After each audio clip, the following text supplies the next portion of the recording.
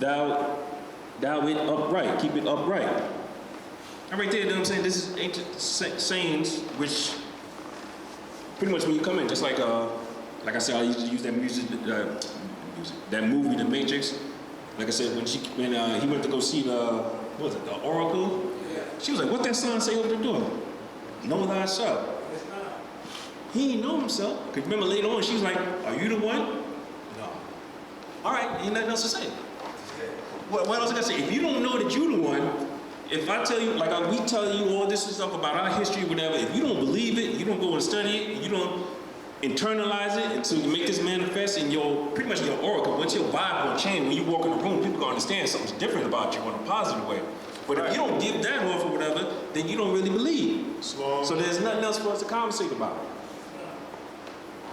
But I like to use that example because it was a good movie. It was written by a sister too.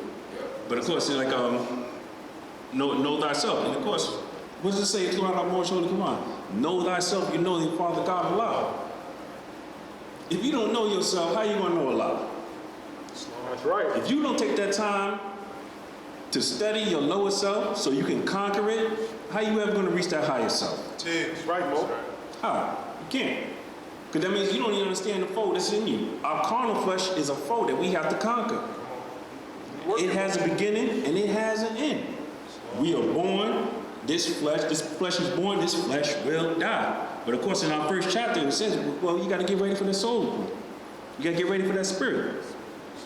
That's right. But if you're down here worrying about cars, money, all these things don't mean nothing when they put you in that body in that ground or cremated, however you decide to go. It don't mean nothing. That's right. Look at that, you can use the pharaohs of Egypt. Oh, they buried all that stuff out there. So what? They raided them tombs. Took all the secrets. Now we don't even know our own history because people came in there and raided and took the money. Now you got Egyptian tombs, gold all over the museums, all over the world. That's our stuff. Go ahead, Mo. You working. But we don't know it, and we go and pay money, get these European money for robbing our brains or whatever. Wow, woo, yeah. Then we go home, we watch TV, these Europeans playing Egyptians, which is nonsense. But if you don't know yourself, just like our Grand Sheik, how you mentioned how he had his pops to go pull him to the side, same thing. When I was, thank God for my father, same thing. When I was watching movies like that, he's like, no, we didn't look like that. They look like us or whatever. So I had that understanding when I was young. Okay. But that's why now you gotta put that on. You gotta keep that cycle going. Keep that cycle going, man. Round and round, man. Just like that task 360, 720. But I'll leave that right there for now. But now, of course, those are powerful. And also in study, there are two priests and members of each society sitting in a boat with a tree in the center. One on the right is a Namatigi, and the left is a Kunotigi. Now right there, when they showed you in the picture, did y'all catch that? Sir. This is a closer. Yeah, you caught it in the circle. But I know there's a lot going on in that picture, but now this is a more up close of what's going on there. And of course, notice the headdress on the one to the left. Islam, you already know where it's going. You know where it's going. And this is ancient, man, going back to like 1000 BC. Figure number one, Mo.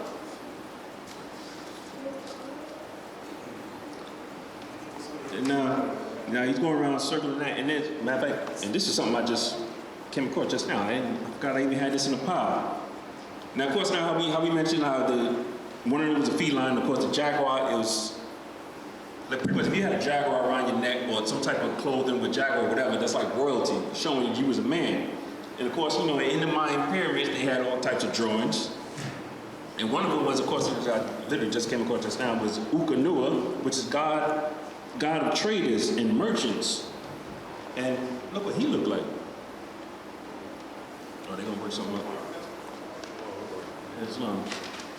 It's the God of Ukanua. This is the God of traders. This is someone who came across the waters, but you can see he has a jaguar around his neck.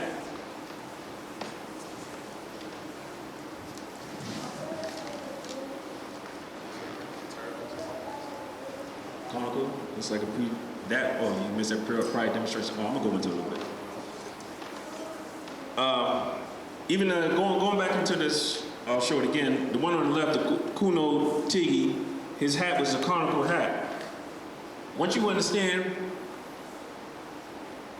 okay, like at Hollywood, I'll use Hollywood because obviously they a major influence.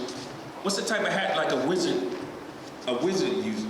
Don't look like the same type of hat? And they make it look like Merlin and all this and that. He's this great wizard and all this and that. But this hat was found, of course, over here in the Americas, of course in Africa, and it goes all the way back up to the Holy Land of Canaan, and even go a little bit further. Because would you understand what that hat looked like? That headdress goes all the way back to what we call the Magi. And of course, in the Magi, of course, they in the Bible because the three people who use astronomy and use the stars, they's the one who came and saw Jesus when he was born. The three kings. There was a Magi. So see how it all ties in. Islam. French. It's called Trois Mages. Oh, say that. Islam. In French, it's trois mages, or trois, or three majors, and in Spanish, it is tres reyes, three kings. Islam. Appreciate it. That's what we do. See, when you study, man, something else come up, man, you can always just add on and build it. Now, all right, getting all mixed up. Okay, back to this stele right here. I'm gonna finish off with this in a few. On stele number 5, we see 2 priests and members of each cult society sitting on a boat with a tree in the center. On the right side of the boat, you see a Namatigi. On the left side, you see Kuno Tigi. The person on the right side of the boat, under the ceremonial umbrella, the Namatigi, in Mexico, this umbrella was a symbol of a princely state. Above his head is a jaguar glyph. Of course, I know there's a lot of confusion in there, but if you look at it close again or whatever, you see there's a jaguar above his head. And this indicates, of course, obviously, that he was an Olmec. This person has African-style hairdo and writing stylus in his hand, which showing that, obviously, we was leaving notes, manuscripts. This indicates knowledge of writing among the Olmecs, which is also evident in the Olmec inscription deciphered by Clyde Winters. It's a brother. Get a chance, look him up. A lot of good work. In the center of the boat, we find a large tree. This tree has 7 branches and 12 roots. The 7 branches probably represent the 7 major clans of the Olmec people. The 12 roots of the tree extending into the water from the boat probably signifies the 12 roads through the sea, mentioned by Friar Diego Landa. Now this is a friar who came over, of course, with the Spanish. And pretty much he was writing it down there like you know, matter of fact, let me get exactly what he said. I'm gonna say the wrong thing.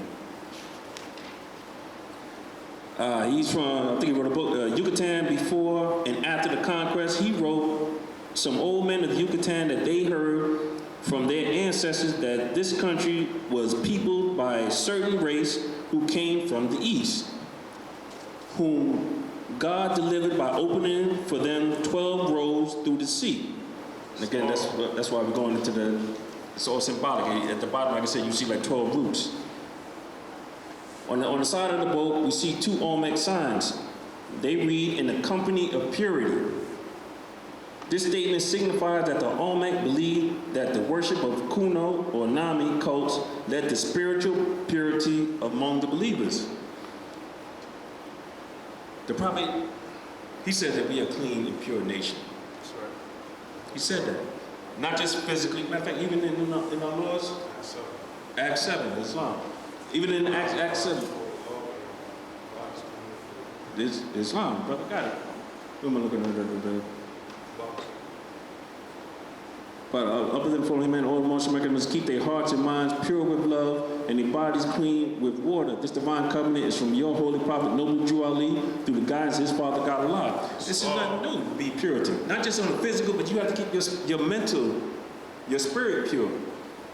And that's the part that we forget about. Everybody worry about, they step out the house, I'm fresh, I'm clean, this and that, everything, I'm white, it's all pure. But if your spirit is corrupted and filthy, whatever, you're going to bring nothing but chaos. That's why we say like through prayers or meditations or whether you get your mind right, whatever, and you step out in the world, you want your square. So the lowest